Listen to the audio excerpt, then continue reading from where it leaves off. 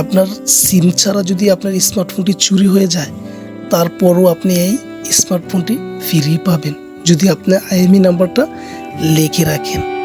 তো ভিউয়ার্স, মূলত বিষয়টা হচ্ছে আপনি এই IMEI নাম্বারটা লিখে রাখলে আপনার সুবিধা কী, আজকে আমি আপনাদেরকে এই সুবিধাটা আপনাদেরকে বুঝিয়ে বলবো। আর অবশ্যই এই ভিডিওটা আপনার বন্ধুদের সাথে শেয়ার করবেন। সাপোজ আপনি এখন আপনার হাতে যে স্মার্টফোনটি রয়েছে, মনে করেন এই স্মার্টফোনের সিম নাই, এখন আপনার এই স্মার্টফোনটি চুরি হয়ে গেছে। আপনি তো হয়তো ভাববেন যে এই ফোনটা কিভাবে বের করবেন যেহেতু সিম নাই, কিন্তু আপনি চাইলে আপনি এই সিম ছাড়া স্মার্টফোনটাও বের করতে পারবেন। বাংলাদেশের যেই কোনো জায়গায় যাক, আপনি এই মোবাইলটা বের করতে পারবেন যদি আপনি ওই মোবাইলের IMEI নাম্বারগুলো লিখে রাখেন। কিভাবে বের করবেন? আপনি যদি ওই স্মার্টফোনের IMEI নাম্বারটা লিখে রাখেন, তাহলে এই IMEI নাম্বারটা নিয়ে আপনি থানায় যাবেন।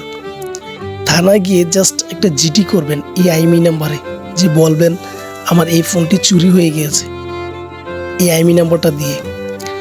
তখন এই IMEI নাম্বারটা পুলিশ রেখে দিবে। আপনার ওই স্মার্টফোনটা যত দূরে যাক, বাংলাদেশ এরিয়াতে থাকলে হবে, যখনই এই স্মার্টফোনের ভিতরে সিম ইউজ করবে চোর, তখন অটোমেটিক এই IMEI নাম্বারে একটা নোটিফিকেশন চলে আসবে।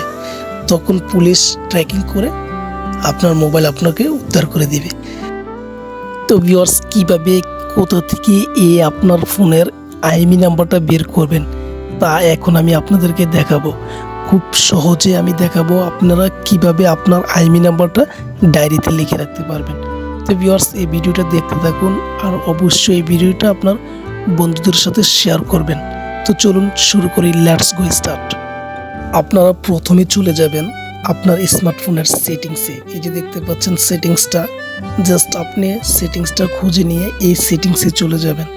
জাস্ট এখান থেকে আমি সেটিংসে চলে যাব। সেটিংসে যাওয়ার পর এখান থেকে আপনি খুঁজে নেবেন অ্যাবাউট ফোন।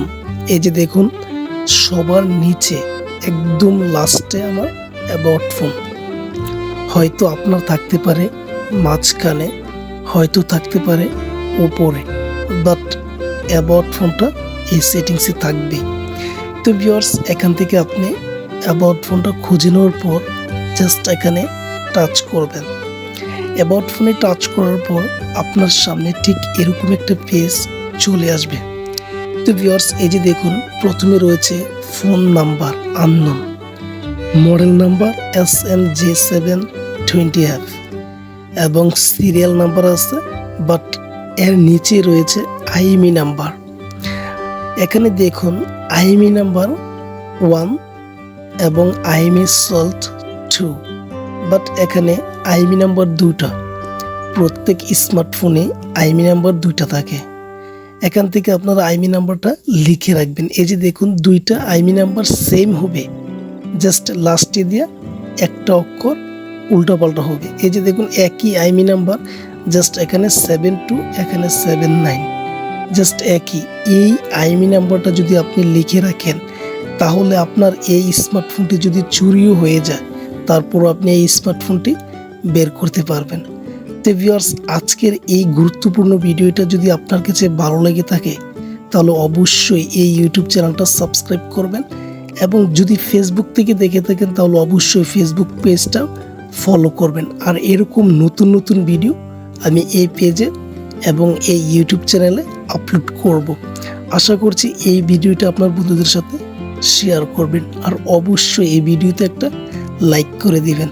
তাহলে শেষ করছি আজকের জন্য, আবার দেখা হবে নেক্সট ভিডিওতে। আল্লাহ হাফেজ।